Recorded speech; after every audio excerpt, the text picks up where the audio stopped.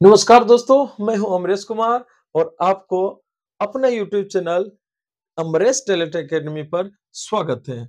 और आज जो है ना, मैं मोस्ट वीवीआई ऑब्जेक्टिव क्वेश्चन लेकर आए हैं। थोड़ा सा इसको स्क्रॉल मत कीजिएगा, देखिएगा काफी समझ में आएगा। और जिनका मैथ्स कमजोर है ना, वो तो बिल्कुल देखिएगा। और जिनके भाई बहन दोस्त हैं, जिनका मैथ से डर लग रहा है, तो जरूर है मेरे जो ये वीडियो है उसको जरूर दिखाइएगा। काफी मदद आएगा और उसको एकदम समझ में आएगा, इसमें कोई संदेह नहीं है। तो चलिए अब हम शुरुआत करते हैं। चलिए, नंबर फर्स्ट क्वेश्चन है, देखिए मेरे भाई। ए बराबर बी क्यू प्लस आर में आर क्या है? आपके एग्जाम में डायरेक्ट ऐसे क्वेश्चन आ जाएगा कि बताइए आर क्या होता है। तो जानते हैं ये है एल्गोरिथम विभाजन, एक प्रमेय है जिसकी मदद से हम लोग क्या करते हैं, दो संख्या का एचसीएफ निकालते हैं। ठीक है, तो यहां पर हम जो है ना, यहां पर पहले एक्सप्लेन करते हैं। ठीक है, एक्सप्लेन हम कर देंगे क्वेश्चन नंबर 1, एक्सप्लेन। अब देखिए मेरे भाई, ए बराबर बी क्यू प्लस आर, ये जो है ना एल्गोरिथम विभाजन प्रमेय है। ठीक है, जिसमें ए जो है भाज्य होता है, बी को हम लोग भाजक कहते हैं और क्यू को हम लोग भागफल कहते हैं। ठीक है, और आर को हम लोग शेषफल कहते हैं, शेषफल कहते हैं, आर को हम लोग शेषफल कहते हैं। जैसे कि अगर आप 2 से अगर 5 में भाग देते हैं तो 2 दूनी 4, 5 में से 4 गए तो कितना, 1। तो इसको हम लोग क्या बोलते हैं, भाजक बोलते हैं। इसको क्या बोलते हैं हम लोग, भाज्य बोलते हैं। इसको क्या बोलते हैं हम लोग, भागफल बोलते हैं। ठीक है, और ये क्या आपका बचा, ये शेषफल बचा।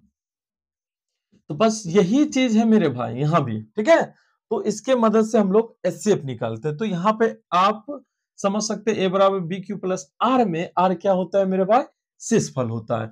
वहीं पे अगर आपसे क्वेश्चन पूछे कि बताए ए बराबर बी क्यू प्लस आर में क्यू क्या होता है, क्यू क्या होता है, आप कहोगे सर इतना आसान। बिल्कुल इतना आसान सवाल पूछता है आपके एग्जाम में। ठीक है, तो क्यू क्या है, देखिए यहां से क्यू, क्यू क्या है, भागफल है। तो कभी आप क्यू अगर पूछे तो भागफल में आप टिक करेंगे। ठीक है, चलिए, तो पहला नंबर क्वेश्चन आपको समझ में आ गया होगा। 2 नंबर देखिए, एचसीएफ ऑफ 15 और 18 कितना है, 3। तो इसी का ना एलसीएम पूछ रहा है, कितना होगा। तो मेरे भाई देखिए, दूसरा नंबर जो क्वेश्चन है इसको आप कैसे बनाएंगे, थोड़ा सा पैसेंस रखेंगे। ठीक है, सब एकदम समझ में आएगा, कोई डाउट नहीं। और जो हमने क्वेश्चन लिखा है ना, ऐसे हम 4-5 वीडियो में 60-70 क्वेश्चन को हम एक्सप्लेन कर देंगे।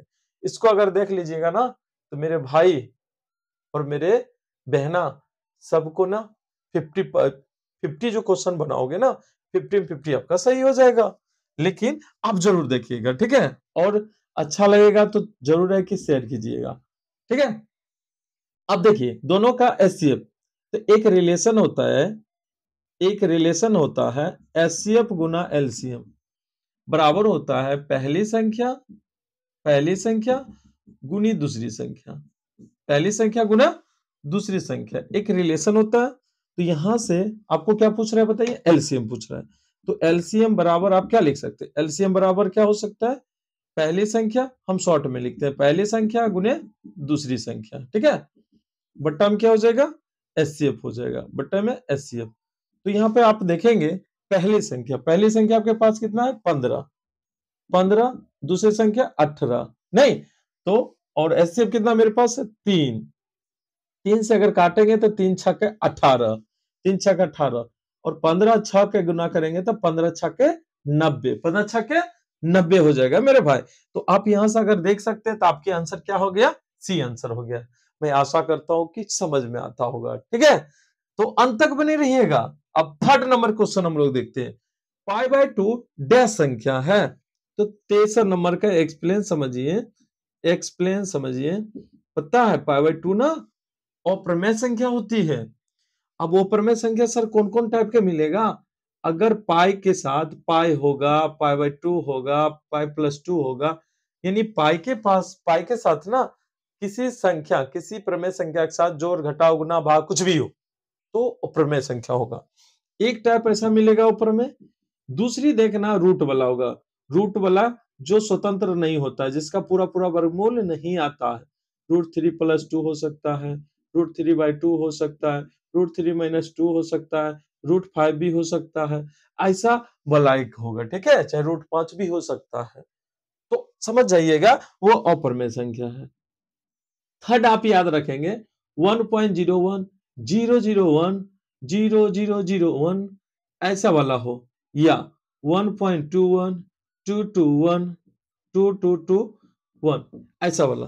तो टोटल अगर देखा जाए मेरे भाई, तो अप्रमेय संख्या तीन तरह के दिखेगा आपको। एक दिखेगा पाई के टर्म वाला, एक दिखेगा रूट के टर्म वाला, एक दिखेगा ऐसा अनावर्ती, ठीक है। ये जो अंक है ये क्या है, अशांत अनावर्ती है, ऐसा वाला दिखेगा। और जानते हैं एक कंफ्यूजन आ जाता है 0.666 ऐसा वाला होता है ना, तो इसको प्रमेय बोलते हैं। कौन बोलेंगे संख्या, इसको प्रमेय संख्या बोलेंगे। या 0.2222 ऐसे वाला हो प्रमेय होगा, ठीक है। या 0.2323 ऐसे रहेगा, तो इसको क्या बोलेंगे, इस पर हम रेकरिंग भी दे सकते हैं, 0.23 पर रेकरिंग दे सकते हैं, ठीक है।